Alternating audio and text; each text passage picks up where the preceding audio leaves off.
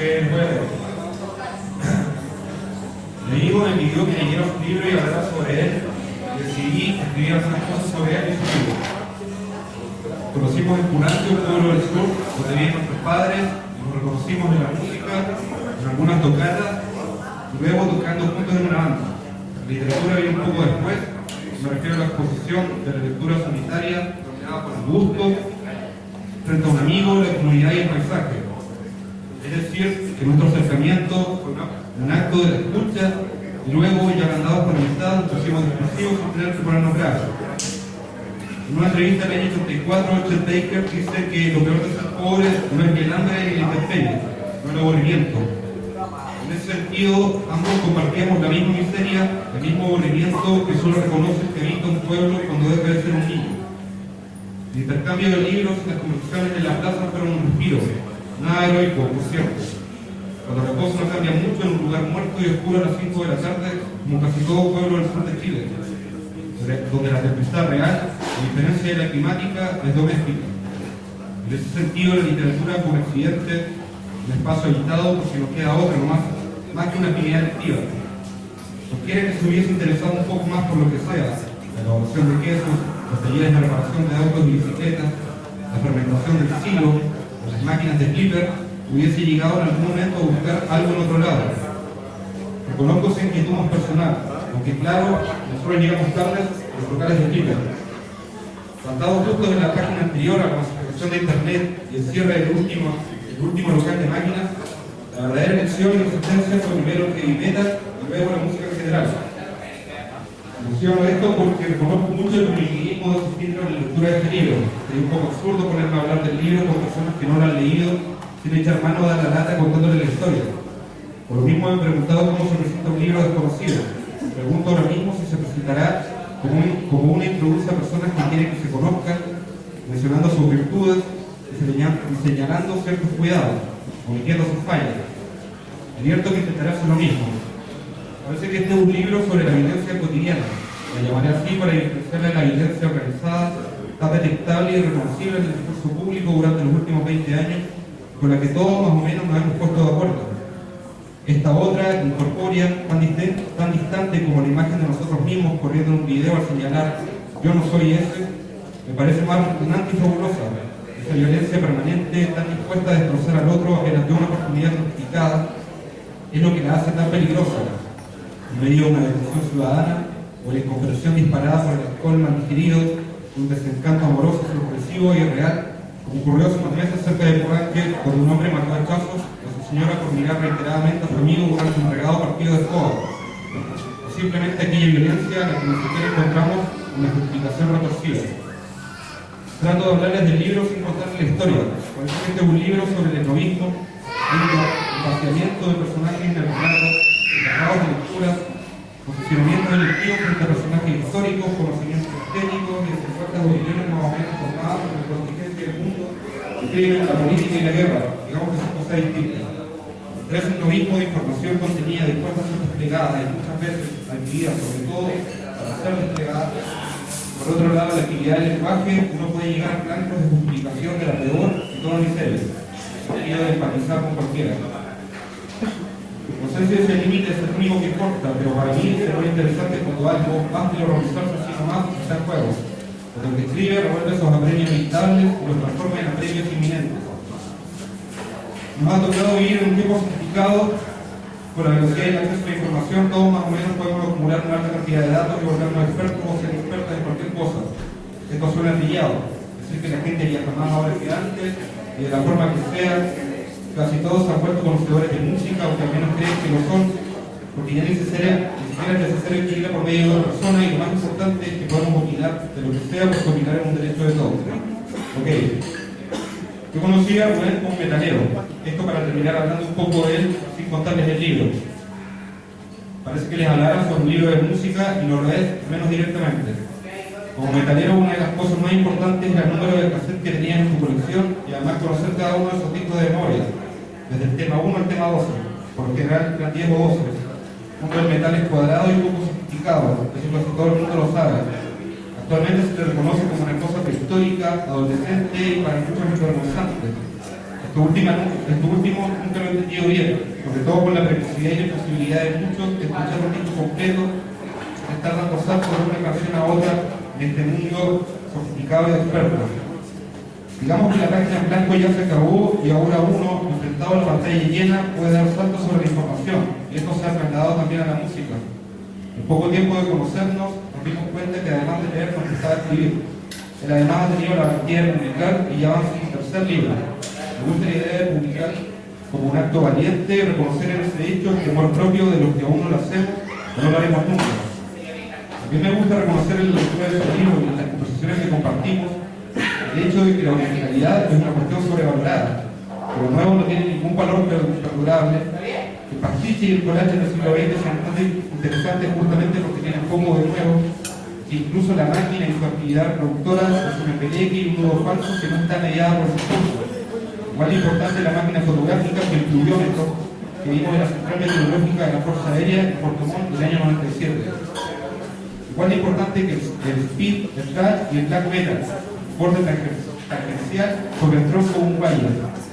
El gran desafío como metalero era descubrir bandas desconocidas, que no lo hacía por su cuenta, era un poser.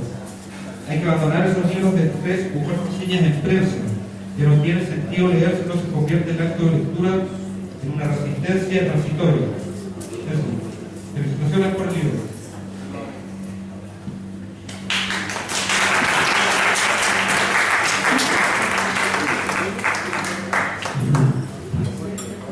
Bueno, yo también voy a seguir la senda de mi amigo que está en el libro no tiene sentido, sino que después ustedes lo leerán. Pero básicamente, en honor al tiempo, porque hay que dar 2 libros más en el día parte, podría tal vez como un diálogo con el autor, muy importante, y desglosar las principales ideas del libro.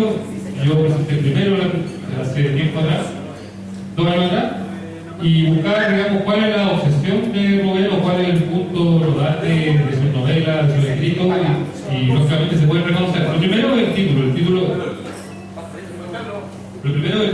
El título va enfocado en una cita de la Biblia, los hijos de los hombres. Y básicamente la idea del libro, a mi juicio, tiene que ver con algo bien simple, es decir, el hombre o es malo o es bueno. Y eso es una dicotomía filosófica de hace mucho tiempo. O sea, y de ahí es que encuentro este libro un poco reaccionario, no, pero no en el sentido negativo. Hay gente que piensa que el hombre no tiene solución, que viene caído, por así decir, dejado al final. Y eso no tiene que ver justamente con la religión, sino que tiene que ver con una forma filosófica de verlo. Y hay gente que piensa que el hombre es perfectible, que se va a mejorar por la educación, por la lectura, etcétera, etcétera. Y la educación es para que la gente se vuelva virtuosa, y si llega a educación en poblaciones, vamos a volver a los niños buenos y así la sociedad va a progresar. Eso es progresivo. Reaccionario es lo contrario, es decir, que estamos fallados, que estamos cagados y que no tenemos solución, que ahí viene la lectura de Ciudad, un poco el psicoanálisis, etcétera, etcétera. Y esta idea, que no es que sea universitaria, ni cabezón, ni muy erudita, está en todas las novelas. De hecho, no es algo que uno quiera intelectualizar el tema, sino que lo loco es que la idea está en el aire, y a veces se ven en las novelas, se ven en las propuestas artísticas, en las pinturas, se ven también en la música. De hecho, yo leí un novela y le pregunté que este libro tiene mucha relación con el thrash metal o con el metal. Yo nunca fui experto en eso, pero sé que en la estética detrás. Nunca lo pude entender, por eso no me gustó. En principio en el colegio no me gustaba, porque no lo entendía, y después empecé a desglosar y hay toda una filosofía del metal que Rubén lo toca en el prólogo. De hecho, nos pega a un grupo ahí importante del metal que son bien oscuros y pueden llevar una fotografía, incluso más pop, o sea, David Lynch, a Pathfinder, etcétera, etcétera. Lo que quiero decir es que dentro de los cuentos del libro está esta idea y se repite, ya sea en la historia de los asesinatos que están ahí o en la pequeña historia de la profesora por los hijos, es decir, no tenemos solución, es decir, tenemos la violencia inscrita dentro de nosotros y no podemos, digamos, mejorarla. Solamente la cultura, las leyes están para poder regular esta violencia, y eso básicamente es la malestar de la cultura que habla Freud. O sea, no tenemos, digamos, somos un animal que por lo menos salimos de las reglas, y las reglas están ahí, y la cultura, las leyes para poder someter a este caballo o a este animal curioso. Esa es la tesis principal, el juicio que yo pude ver. dentro de otras más. De hecho, Rubén en el prólogo habla de que uno tiene una sola idea. Y vuelvo a la filosofía siempre dicen los mismos filósofos que uno piensa solamente una cosa, a lo mejor puede escribir 50, 60 libros, pero siempre uno piensa lo mismo y destaca lo mismo. Y la novela Rubén dice que a lo mejor podrá escribir 3 o 4 más libros, pero siempre la idea o la solución de Rubén en este caso va a ser esa, de que los hombres en sí están marcados, tienen una mella con el pecado original, que es la lectura religiosa, pero también la lectura filosófica de la caída. En ese sentido tiene que ir a reaccionario, en el sentido de que no progresamos. Por eso esa dicotomía entre reaccionarios y progresistas. Por eso a veces uno está de moda esa palabra hoy día, progresista. En Chile esa palabra, no sé por qué nunca, en Europa por ejemplo, yo voy llegando allá, en Europa se usan esas palabras porque toda una crianza. Aquí en Chile tú hablas de progresista, reaccionario y te tiran de que estás usando un vocabulario técnico, universidad. Pero allá progresista es muy palabras de bar, de conversaciones normales. Y aquí no podemos llegar a esos puntos. ¿Por qué? Porque aquí existe la derecha y la izquierda. Entonces yo le puedo decir, ¿qué dice Camilo? Camilo dice que el estilo está en la derecha. Y toda la gente se escandaliza, ¿sabes? Porque decía, ¿cómo? Los mejores estilos son de derecha. Subía Tsushima, Ciudadano, en cuanto a Flaubert, Nietzsche, son así. Entonces, esa declaración, si tú dices derecha, si uno tiene una visión de la derecha, tiene que ser estúpida, que es conservadora, que simplemente me voy a hacer un rubio, que estaba otro fin de toda la noche. Quería preguntarle a Rubén si la pequeña edición que yo vi con respecto a los reaccionarios, a los progresistas, ajuste todo el libro y para que sacarnos, digamos, esta noche y sigamos haciendo otro libro. Sí, yo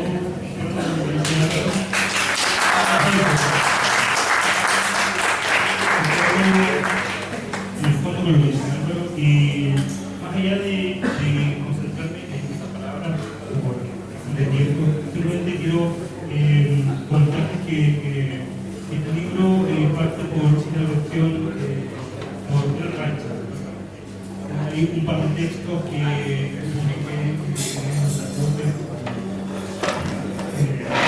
y fueron muy mal editados. Entonces trabajé esos textos, escribí otras cosas, se retiré el libro y la verdad que es una revancha reconocible. Y como dice Álvaro, la idea central tiene que ver con eso, también tiene que ver con la cuestión de la moral.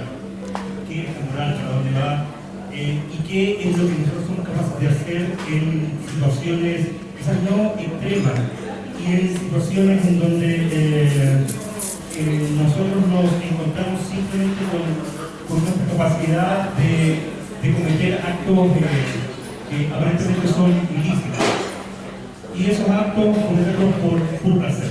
Entonces de ahí que hayan asesinatos que aparentemente se cometen por justicia, por revancha, qué sé yo, pero son simplemente actos iniciados devenidos del placer. En el fondo es eso, desenmascarar un poco la moral, esa moral que todos creemos que hay en nuestros actos y en nuestra cultura occidental. Más allá de eso, quiero agradecer a las personas que están acá, quiero agradecer la lectura de yo no busqué el texto, creo que hay algo muy potente ahí, lo que acaba de decir Álvaro, también reconocer el trabajo de otro amigo, chiquillos, si me escuchan, estaría súper bien, porque después yo también voy a escuchar a ustedes. El trabajo de Gonzalo,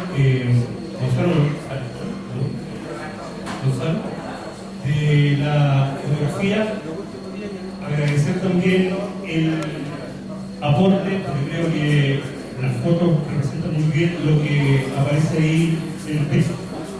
Eso, señores, no quiero más tiempo y el libro está a un precio muy módico y digamos bien. Chao, gracias.